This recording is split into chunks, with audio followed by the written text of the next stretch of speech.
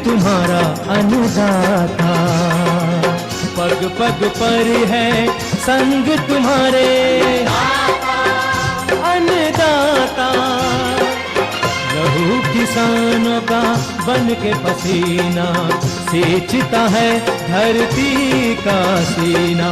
मेहनत का तेरी हक दिलवाने, नई तकनीक नई खोज बताने। पशुधन को गुणवान बनाना, पौध सुरक्षा को सिखलाना, खेती के सब गुर समझाने, भारत का सरताज बनाने। आठों पहर है संग तुम्हारे अन्नदाता अन्नदाता। नमस्कार, मैं हूं शोभा मिश्रा और आप सभी दर्शकों का अन्नदाता कार्यक्रम में बहुत बहुत स्वागत करती हूं। हमारे देश का किसान जन का पोषक है, वो श्रम का देवता है, अन्नदाता है और उसमें ही भारत की आत्मा निवास करती है। ऐसे ही किसानों की प्रगति के लिए हम खेती बाड़ी से जुड़ी बहुत सी नई लाभकारी जानकारियां हर रोज सुबह आपके लिए लेकर आते हैं। तो चलिए कार्यक्रम शुरू करने से पहले देखते हैं क्या है आज के अन्नदाता में खास। तरबूज की खेती से किसान की बदली किस्मत।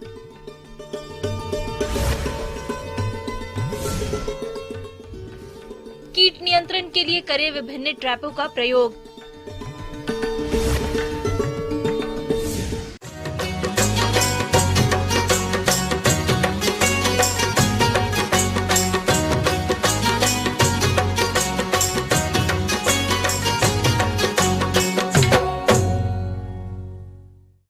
किसान भाइयों, आज जहां कृषि के क्षेत्र में युवाओं की रुचि तेजी से घट रही है, वहीं दूसरी ओर रांची के ओरमांझी प्रखंड के युवा किसान राजा राम साहू आज कृषि के क्षेत्र में सफलता की नई इबारत लिख रहे हैं। इस बार इन्होंने ड्रिप और मल्चिंग के माध्यम से तरबूज की खेती की है और इससे प्रति एकड़ लाखों की आमदनी कमा रहे हैं।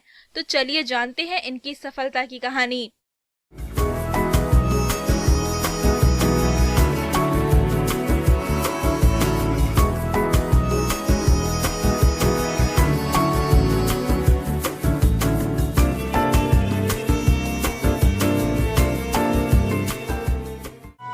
झारखंड वन संपदा मामले में अन्य राज्यों की तुलना में काफी संपन्न है। झारखंड में घने वन और पहाड़ियों का नजारा देख मन खुश हो जाता है।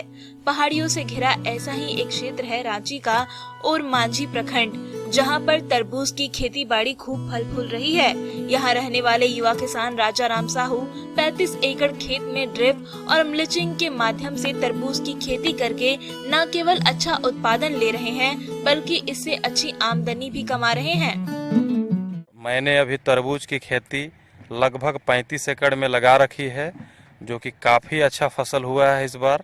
और अभी 35 एकड़ में जो है लगभग तरबूज की खेती मेरा लगभग जो है अंतिम तुड़ाई मेरा चल रहा है और काफ़ी अच्छा प्रोडक्शन हुआ है। लगभग फर्स्ट हार्वेस्टिंग में हमने जो है 17 से लेके 20 टन पर एकड़ लिया और सेकेंड हार्वेस्टिंग में लगभग 6 टन पुनः दोबारा जो है सेकेंड हार्वेस्टिंग हम लोग करते हैं। एक सप्ताह बाद में जो छोटा फल होता है उसको छोड़ देते हैं, तो उसका भी साइज बन गया, अच्छा बना और अभी अंतिम तुड़ाई चल रहा है। और लगभग 35 एकड़ में जो है लगभग 700 टन जो है तरबूज का जो है मतलब उत्पादन हुआ और काफ़ी हम संतुष्ट हैं तरबूज के उत्पादन से और तरबूज के रेट से भी संतुष्ट हैं, क्योंकि इस बार गर्मी बहुत अच्छा थी और सीजन भी हम लोग का पकड़ा गया अच्छा। उधर त्यौहार था, रामनवमी था और ईद था, तो सब कुछ जो है बैलेंस में रहा और मौसम भी बहुत अच्छा साथ दिया, तो कुल मिला के जो है मुनाफा अच्छा हुआ हमको। और बाकी बात तो भाई कैसे किसानी का काम ही हम लोग का है कि मौसम में डिपेंड रहते हैं। पत्थर पानी से थोड़ा डर तो लगता है जब तरबूज तैयार रहता है। तो तरबूज की खेती के लिए इन्होंने सबसे पहले खेत में पड़े पुराने फसल अवशेषों को निकलवाया और इसके बाद खेत की अच्छे से जुताई कराई। 4 फीट की दूरी पर मेड़ों का निर्माण कराया। इसके बाद ड्रिप लाइन बिछाकर ऊपर से प्लास्टिक मल्चिंग को लगवाया और मल्चिंग सीट में 90 सेंटीमीटर की दूरी रखते हुए तैयार पौधों की रोपाई की। इसका जो है नर्सरी हमने किया था दिसंबर महीने में और ट्रांसप्लांटिंग किए इसको 20 ये 20 जनवरी को। और ट्रांसप्लांटिंग के समय जो है इसमें जहाँ पर हम लोग ग्लास से काटते हैं वहाँ थोड़ा वर्मी कंपोस्ट डाल देते हैं, क्योंकि जब छोटा पौधा रहता है तो होता क्या है कि वो वर्मी कंपोस्ट सामने खाद उसको मिल गया तो वो क्या होता है कि थोड़ा तेज़ी से हरापन लेके बढ़ता है। 90 सेंटीमीटर में एक छेद जो है हम लोग करते हैं, क्योंकि ज़्यादा घना लगाने से क्या होता है कि ज़्यादा घना होने से फल में थोड़ा दिक्कत आ जाता है। 1 एकड़ में जो है मेरा टोटल 3200 से 3400 पौधा लगता है 90 सेंटीमीटर में। तो पौधा भी कम लगा, उपज भी अच्छा हुआ, डिस्टेंस मेंटेन करने का ये फ़ायदा होता है। और दूसरा बात, बीच बीच में जो है नीम तेल का छिड़काव करना पड़ता है। 10,000 ppm का सबसे अच्छा हम लोग मान के चलते हैं। और नीचे से जो है आप इसमें जो है डीकम्पोजर चला सकते हैं। डीकम्पोजर जो हम लोग का ऑर्गेनिक है, बिल्कुल जो है जितना मतलब वेस्ट खाद जो रहता है उसको कंपोज करके पौधा तक पहुंचाने में इसका ये है। और डीकम्पोजर का हम लोग स्प्रे भी करते हैं। इन्होंने ड्रिप और मल्चिंग के लाभों को गिनते हुए कहा कि ड्रिप से सिंचाई जल की काफी बचत होती है, साथ ही इसके माध्यम से खेतों का प्रयोग भी आसानी से कर सकते हैं। इन्होंने बताया कि मल्चिंग के माध्यम से खेती करने पर खेत में ज्यादा खरपतवार नहीं उग पाते और पानी का बाष्पीकरण भी कम होता है। इतना ही नहीं, मल्चिंग के माध्यम से खेती करने पर पौधों की बढ़वार और फल की क्वालिटी भी अच्छी होती है। तो ये जो है आपका जैसे बेड बन गया, बेड बनने के बाद में जो है आपका छेद उद हो गया, लग गया। पूरा लगने के बाद में देखिए इसमें देखना पड़ता ये है कि कहीं कोई कीड़ा या फिर माइट्स, टेम्परेचर जब बढ़ता है तो बहुत बार देखा गया है कि किसान माइट से परेशान हो जाते हैं। अब देखिए उसमें जब जैसे आपका टेम्परेचर मतलब 27 डिग्री से ऊपर जाता है और आपको जो है नीम ऑयल कुछ लगे बीमारी या ना लगे, हम जो है हर सप्ताह जो है इसमें नीम का तेल इस्तेमाल करते हैं। और डीकम्पोजर जो है ड्रम में अपने से बनाना होता है डीकम्पोजर को, उसको ड्रम में बना के जो है रोपाई के दिन, जिस दिन रोपाई के लिए जो हम लोग सिंचाई करते हैं उसी में जो है डीकम्पोजर का इस्तेमाल करते हैं। और एक और है आपका ग्रीन प्लानेट का पावर प्लांट प्रीमियम, जो पीएच और सीएन को बैलेंस करता है। तो इसका एक फसल में हम एक ही बार जो है इस्तेमाल करते हैं ठीक रोपाई के समय, वो भी साथ में एरीगेट कर देते हैं। और इसी का नतीजा है कि हम लोग क्षेत्र में बिल्ट का बहुत भारी समस्या आया और उस खुशनसीब किसानों में से हम है जो कि इस समस्या से जो है थोड़ा बहुत आया, लेकिन नियंत्रण हो गया, मेरा खुद ब खुद नियंत्रण हो गया। और नहीं तो बिल्ट जब सिजेरियन बिल्ट आता है तो इसका वर्ल्ड में, पूरा वर्ल्ड में कोई दवा नहीं बना है, इतना तो हमको पता है। क्योंकि मेरा एक प्लॉट में जहां हमने रासायनिक खेती किया था वो पूरे का पूरा बड़ा बैठ गया, और जहां ऑर्गेनिक था वहां तरबूज भी अच्छा हुआ, तरबूज का टेस्ट भी अच्छा हुआ और तरबूज का रेट भी जो है हमको 2 रुपया और किसान से ज़्यादा मिला, क्योंकि मिठास स्वीटनेस बहुत अच्छा था उसका। हाँ देखिए इसमें जो है फल भी बहुत अच्छा साइज का आया है, क्योंकि ये सेकेंड काट है, लेकिन फिर भी आप देख सकते हैं कि फल काफ़ी अच्छा है और ठोस फल है। इसका छिलका मोटा है और टिकाऊपन फल है, क्योंकि ऑर्गेनिक फल है, ऑर्गेनिक खेती का फल है। ढुलाई हो रहा है अभी और काफ़ी चमकदार फल है, मजबूत फल है, टिकाऊ फल है, स्वीटनेस अच्छा है तरबूज में। आज खेत सेकेंड हार्वेस्टिंग इसमें हो रहा है। मतलब थोड़ा सा इसका एज भी अब हो गया है, चूँकि 100 डेज के ऊपर जा रहा है, तो थोड़ा सा अब ये इसका आयु भी ये हो रहा है, इस वजह से थोड़ा सा मतलब अभी पीला पड़ना शुरू हो रहा है पत्ता। तो 35 एकड़ में 700 टन जो है इसका उत्पादन हम लिए। और ऑन एवरेज इसका रेट जो है कभी 13 बेचे, कभी 12 बेचे, कभी 6 बेचे, कभी 5 बेचे, कभी 7 बेचे, हर रेट में बिका। क्योंकि लंबा चौड़ा एरिया में था तो रेंज बाय रेंज लगाए थे, तो कभी अच्छा रेट मिला, कभी कुछ कम मिला। तो ऑन एवरेज जो है 9 रुपये केजी पड़ा। और हम लोग अगर इसको अगर 700 को अगर 9 से अगर गुना करते हैं तो आपका जो है मोटा मोटी मतलब 63 लाख रुपया हो जाता है ना। और इसमें खर्च मेरा जो है लगभग वही मान के चलिए 27 से 28 लाख रुपया खर्च पड़ा। तो इसको अगर शुद्ध आमदनी से इसको हम लोग माइनस करते हैं तो लगभग वही इसको 36 लाख रुपया शुद्ध आमदनी इसको हम लोग बोल सकते हैं। इस तरह किसान भाइयों, आप भी जैविक तरीकों को अपनाते हुए कृषि उन्नत विधियों से खेती करें। इससे आप अपनी आर्थिक स्थिति तो सुधार ही सकते हैं, साथ साथ दूसरे लोगों को भी रोजगार के अवसर प्रदान कर सकते हैं। किसान भाइयों, अब लेते हैं एक छोटा सा ब्रेक।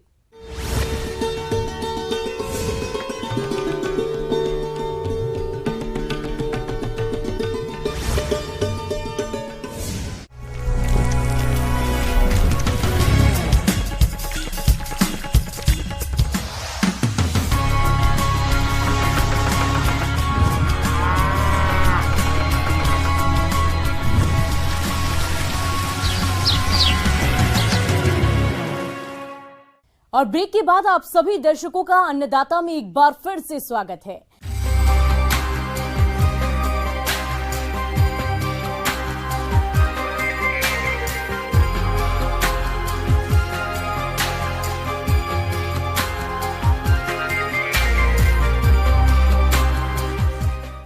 प्रदेश के किसान अपने खेतों में विभिन्न फसलों की खेती करते हैं और आए दिन उन्हें कीटों की वजह से काफी परेशानी होती है, जिसके नियंत्रण के लिए अक्सर किसान रासायनिक दवाओं का प्रयोग करते हैं, जिससे उपज के साथ साथ मिट्टी की गुणवत्ता और आर्थिक हानि भी होती है। अगर किसान इन कीटों का नियंत्रण विभिन्न प्रकार के ट्रैप से करे तो कम लागत में इनका नियंत्रण कर सकते हैं, जिसके बारे में बता रहे हैं कीट वैज्ञानिक जयपाल चौधरी।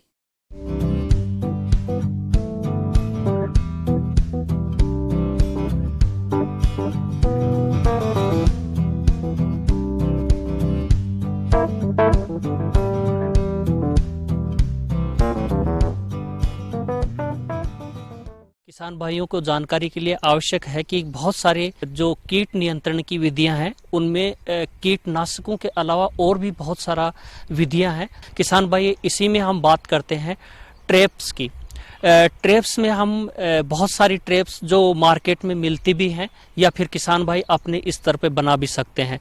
पहला ट्रैप जिसका मैं बताना चाहूँगा कि इंसेक्ट्स में क्या होता है कि उनका जो देखने का तरीका होता है वो किसी कलर को कुछ अच्छे से अट्रैक्ट होते हैं। अगर आप पीले रंग के कपड़े पहन के बाहर में निकलते हैं तो बहुत सारी लाही आपके कपड़ों के ऊपर लाही बैठ जाती है आकर के, तो ये जो पीला रंग है उसके ऊपर आकर्षित होती है। इसी का फायदा ध्यान में रखते हुए अगर हम जो येलो कलर के जो अगर पॉलीथीन है या कलर है उसके ऊपर में कुछ स्टिकी सब्सटेंसेस लगा दें और खेत के अंदर में चिपका देते हैं तो इसके ऊपर में लाही, इसके साथ में जो हॉपर्स और बहुत सारे जैसिड्स इसके ऊपर में आकर के चिपक जाते हैं। इससे फायदा ये होगा कि आपको पता लग जाएगा कि आपके खेत में कौन सा कीड़ा किस समय में कितनी संख्या में आ रखा है, तो उसका हमारे को कंट्रोल करने में आसानी होती है। तो ये येलो स्टिकी ट्रैप्स हैं। अगर इसी कलर को हम ब्लू कर देते हैं तो ये ब्लू स्टिकी ट्रैप्स, जिसमें बहुत सारे थ्रिप्स की स्पीसीज भी ट्रैप होती हैं। और हमने यहाँ पे देखा है कुछ जो मॉथ्स हैं, जो हानिकारक मॉथ हैं, वो भी इसके ऊपर आकर्षित होते हैं। तो ये दो तरह के ट्रैप्स हैं, येलो और ब्लू स्टिकी ट्रैप्स। आप खुद से बना सकते हैं। जो येलो कलर का जो पॉलीथीन लेके या ब्लू कलर का पॉलीथीन लेकर के उसके ऊपर में आप स्टिकी सब्सटेंसेस, ग्रीस या जो तेल होता है करंज का तेल, ये लगा करके आप फील्ड में किसी जो लकड़ी होती है उसके ऊपर में चिपका रख दीजिए तो कीट पतंगे आकर के उसकी तरफ में आकर्षित होंगे और चिपक करके जो नुकसान होने वाला है उससे आप बचा सकते हैं। टी आकार की खूंटी लगाना।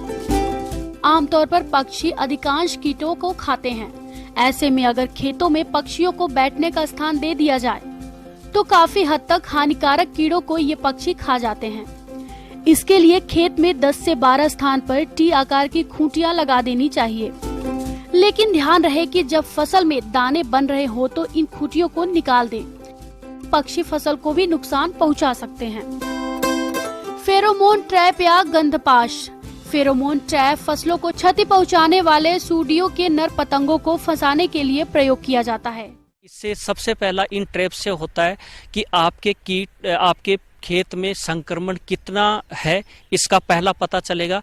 अगर इनकी संख्या बढ़ा देते हैं तो कीट नियंत्रण में भी ये सहयोग करेगा। इसके साथ में कई बार देखते हैं कि अगर कीटों को समय पर, अगर फिरामोन्स के स्पेशल केस में देखते हैं, अगर कीटों को जब मेटिंग करते हैं उस टाइम में उनको डिस्टरबेंस किया जाता है इन ट्रैप्स के द्वारा, तो उसका भी इनमें इसके प्रयोग से उनकी संख्या में कमी होती है। वही ट्रैप प्लास्टिक का बना होता है जिसमें कीप के आकार के मुख्य भाग पर लगे ढक्कन के मध्य में मादा कीट की गंध युक्त ल्यूर लगाया जाता है जो नर पतंगों को आकर्षित करता है। कीप के निचले भाग पर पॉलीथीन की थैली लगाई जाती है जिसमें नर पतंगे फंस जाते हैं। थैली के निचले मुख पर रबड़ बैंड हटाकर फंसे पतंगों को मारकर निकाल दिया जाता है। ल्यूर विभिन्न प्रकार के नर कीटों को आकर्षित करने के लिए अलग अलग गंध का ल्यूर लगाना होता है। अगर बारिश के मौसम में अब हम देखते हैं तो इसमें फल मक्खी का प्रकोप बहुत ज्यादा होता है। फल मक्खी का जो पिल्लू होता है सफेद रंग का फलों के अंदर में, जैसे आम में, अमरूद में, लीची में, सपोटा, जो भी फ्रूट्स है उसमें एक सफेद रंग का पिल्लू पाया जाता है। इस पिल्लू की वजह से फल सड़ता है। इस कीट का नियंत्रण करना बहुत मुश्किल होता है, क्योंकि उसी समय में फल पकता है तो हम कीटनाशकों का प्रयोग नहीं कर सकते हैं उस समय में। यदि फल का पकने से पहले हम इन फेरोमोन ट्रैप्स का, इसके लिए मिथाइल यूजिनोल, इस मिथाइल यूजिनोल का 4 भाग, इथाइल एल्कोहल को 6 भाग और 2 भाग जो सक्सेस आता है उसको मिला करके, इस रेशियो में मिला करके जो लकड़ी के वुडन जो ब्लॉक्स होते हैं उनको 72 घंटे या 48 घंटे के लिए आप डुबो करके उसको खेत में, जो पानी की खराब बोतलें हैं उसमें उसको डाल देते हैं और छेद बना के लटका देते हैं। इससे क्या होता है, जो नर मक्खियां होती हैं वो उसकी तरफ में आकर्षित होती हैं। मादा मक्खी को मेटिंग के लिए नर चाहिए, उतने नहीं मिल पाने की वजह से समय पर वो उस फल में अंदर अंडे नहीं दे पाती है। तो आपको ये बचने का जो फेरोमोन्स का ट्रैप का टेक्निक्स है जो फलों में, ये बहुत अच्छा कारगर साबित होता है यदि इसको समय पर लगाया जाता है और सही संख्या में लगाया जाता है। आपको कुछ समय के बाद में ब्लॉक्स को 15 से 20 दिन बाद में बदलना पड़ता है। इसके साथ में बहुत सारे ट्रैप्स और भी हैं। इन ट्रैप्स को जो ये अगर कलर जो उसकी बात कर रहे थे तो कुछ यूवी लेंस होती हैं जिसके ऊपर में इंसेक्ट बहुत आकर्षित होता है।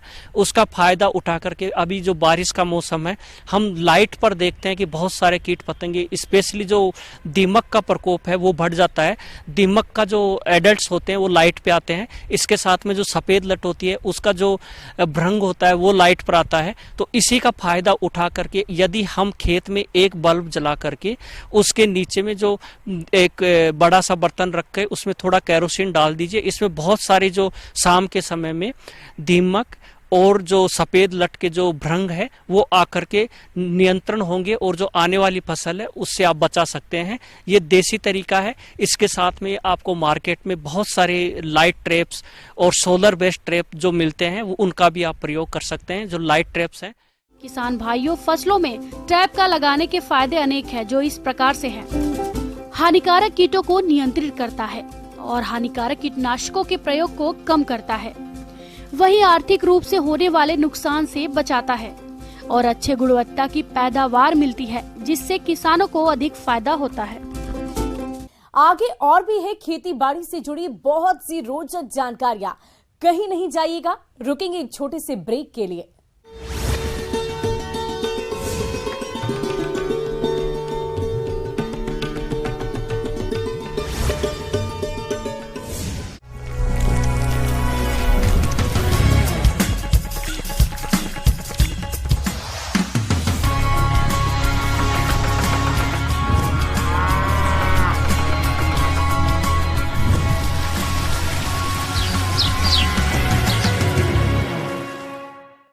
ब्रेक के बाद एक बार फिर से आप सभी दर्शकों का अन्नदाता कार्यक्रम में स्वागत है।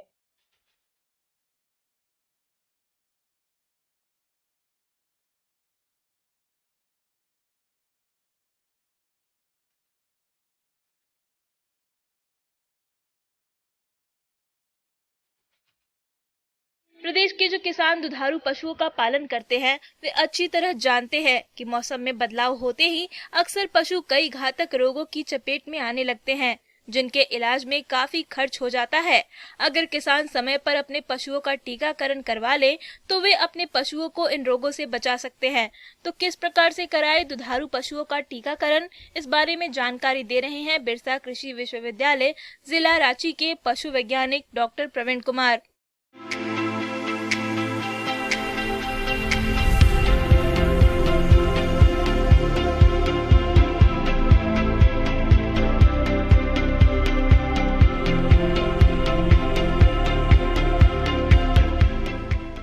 नमस्कार किसान भाइयों, आज हम लोग बात करेंगे कि दुधारू पशुओं में टीकाकरण। जैसा कि अभी समय है, गर्मियां तेज़ हो रही हैं और एक बारिश होने के बाद बहुत से कीटाणु हैं, विषाणु, जीवाणु हैं, वो बहुत तेज़ी से वातावरण में फैलते हैं नमी और गर्मी के कारण। तो हम किसान भाइयों को अपने दुधारू पशुओं को बचाने के लिए टीकाकरण करने की आवश्यकता होती है और अभी ही उचित समय है। अभी अगर आप कर लेते हैं तो बहुत फ़ायदा रहता है, बीमारी नहीं होगी और बीमारी नहीं होने से उनके उपचार के जो खर्च हैं उनको से कम किया जा सकता है और प्रोडक्शन जो उत्पादन है उसको भी बिना कोई प्रभाव के उत्पादन को हम लोग बरकरार रख सकते हैं। तो सबसे पहले हम लोग बात करते हैं, इस समय गलघोटू की बीमारी काफ़ी होती है। गलघोटू एक तरह का निमोनिया है और उसमें पूरे लंग्स खराब हो जाता है। किसान भाई अक्सर ये देखते हैं कि उनके मवेशी जो है वो चर कर बढ़िया से आते हैं, शाम को सुबह में गला फूला हुआ रहता है और घों घों की आवाज़, नाक से पानी आना शुरू हो जाता है और उसके बाद वो मृत्यु दर बढ़ जाती है। वो उपचार करने का समय उनको नहीं मिल पाता है और तुरंत अचानक मृत्यु दर बढ़ जाती है। तो किसान भाइयों, वैसे तो ये रोग गाय और भैंस दोनों में होता है, परंतु ये रोग गाय में अधिक पाया जाता है। ये एक खतरनाक बीमारी है। इससे बचने के लिए पशु का उपचार शीघ्र करना चाहिए, क्योंकि इस बीमारी में जीवाणुओं द्वारा जहर शरीर में पूरी तरह फैल जाने से पशु की मृत्यु हो जाती है। और आप कैसे करें इसका उपचार, आइए जानते हैं। इस बीमारी से बचाने के लिए गलघोटू की टीका बाजार में उपलब्ध है या सरकार के द्वारा भी कराया जा रहा है। तो इसका टीकाकरण गलघोटू का टीका के नाम से उपलब्ध है और इसका छोटे जानवर में 2 ml और बड़े जानवर में 3 ml के सुई मांस में या चमड़ा में देने से हम लोग का 9 महीने तक की प्रतिरोधक क्षमता आ जाती है। इस जो हम लोग का अभी समय है, उस समय में इससे रोग से प्रतिरोधक क्षमता आ जाएगी और वो हम लोग उस रोग से किसान भाई उसको बचा सकते हैं।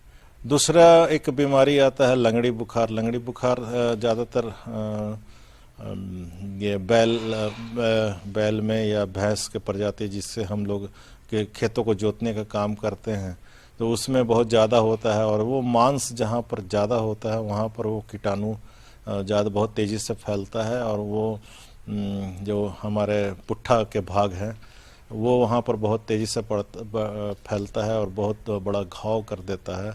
एनारोबिक बैक्टीरिया बढ़ती है और वो घाव जो है वो सियाटिक नर्व को दाबता है, जिससे कारण वो चलने में उसको बहुत परेशानी होती है। तो किसान भाई अगर खेती के समय में, ये बरसात के समय में बहुत ज़्यादा होता है खेती के समय में, तो किसान भाई अगर इस बीमारी हो गई तो वो पशु से फिर अपने खेतों में काम नहीं ले पाते हैं। इसलिए अभी उचित समय है कि उसका हम लोग टीकाकरण करा सकें।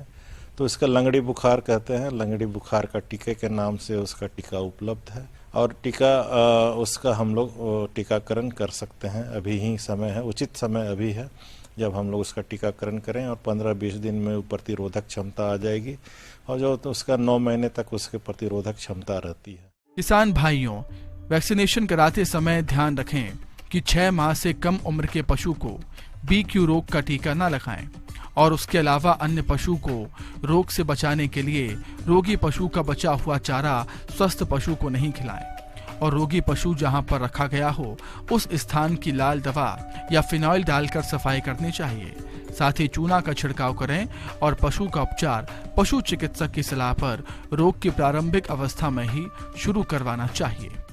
जैसा कि हम पहले बताए, गलघोटू और लंगड़ी बुखार ये दोनों का कंबाइंड वैक्सीन भी मिलता है। तो एक कंबाइंड वैक्सीन देके दोनों का मिला हुआ टीका उपलब्ध है। गलघोटू लंगड़ी बुखार का टीका इसी के नाम से आता है, गलघोटू और लंगड़ी बुखार का टीका। तो उस टीके को हम लोग एक बार दे देंगे तो वो दोनों बीमारी से हम लोग का बचाव हो सकता है और हम ये दोनों बीमारियां जो बरसात में होने की संभावना रहती है उसको हम लोग कम कर सकते हैं।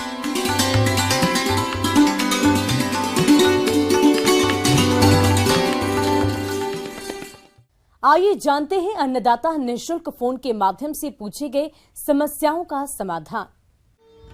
आज की अन्नदाता हेल्पलाइन में हमने जिस प्रश्न को शामिल किया है उसे पूछा है गांव दर्जीपट्टी, जिला पूर्णिया के नीतीश कुमार ने। आपने बकरियों में PPR रोग की रोकथाम के बारे में जानकारी चाहिए है, तो इसके लिए देखिए कार्यक्रम का यह अंश। हाँ, बकरी पालक भाई जो भी बकरी पालन शुरुआत करने जा रहे हैं या शुरुआत कर चुके हैं, उनके लिए एक महत्वपूर्ण बात करने की आज कोशिश की जा रही है। इसमें है कि कैसे बकरियों को पीपीआर से बचाएं। पीपीआर मतलब छेरा बीमारी। किसान भाइयों, बकरियों में होने वाली घातक बीमारियों में है पीपीआर। यह विषाणु जनित रोग है जिससे बकरियों में अत्यधिक मृत्यु होती है। इसलिए पीपीआर रोग को बकरियों में महामारी या बकरी प्लेग के नाम से भी जाना जाता है। ये रोग विशेषकर कम उम्र के मेमनों में और कुपोषण व परजीवियों से ग्रसित बकरियों में अधिक गंभीर एवं प्राणघातक होता है, जिससे बकरी पालन में अधिक नुकसान होता है। छेरा ऐसी बीमारी है, छेरा बीमारी, जिसमें कि बकरियों को सर्दी मतलब निमोनिया बहुत ज़बरदस्त होती है। इसके साथ बहुत ही पतला पैखाना होती है और इसमें बुखार भी बकरियों को 107 डिग्री फ़ारेनहाइट तक होती है, जिसके कारण बकरी क्या होती है कि खाना पीना बंद कर देती है। और ये बीमारी जब भी फैलेगी तो पूरे फार्म में फैलेगी, पूरे एरिया मतलब पंचायत लेवल पर भी फैलती है। प्रत्येक वर्ष पीपीआर का टीका दिलवाई जाती है। तो आप अपने ब्लॉक में अपने प्रखंड पशु चिकित्सा पदाधिकारी से के संपर्क में आकर अपने बकरियों को टीकाकरण करवा लें।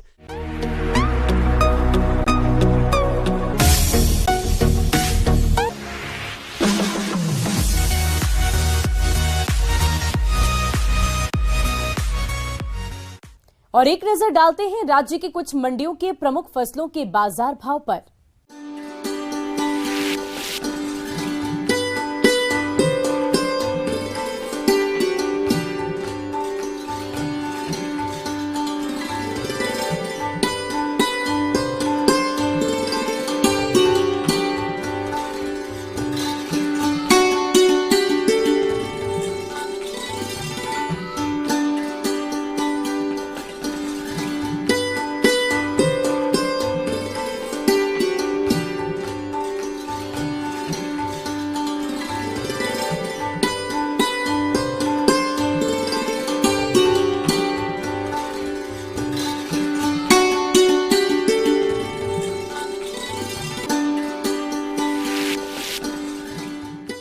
किसान भाइयों, कृषि संबंधित समस्या और सुझाव के लिए आप हमें इस पते पर संपर्क कर सकते हैं। प्रोड्यूसर अन्नदाता news 18 Bihar Jharkhand, Ramoji film city Hyderabad 501512 और साथ ही आप हमें ईमेल भी कर सकते हैं। हमारा ईमेल आईडी है p18annadatabihar@nw18.com। इसके अतिरिक्त आप हमें निःशुल्क हेल्पलाइन नंबर 180088921663 पर सोमवार से लेकर शनिवार सुबह 10 बजे से शाम 4 बजे के बीच संपर्क कर सकते हैं। और अब समय हो रहा है आप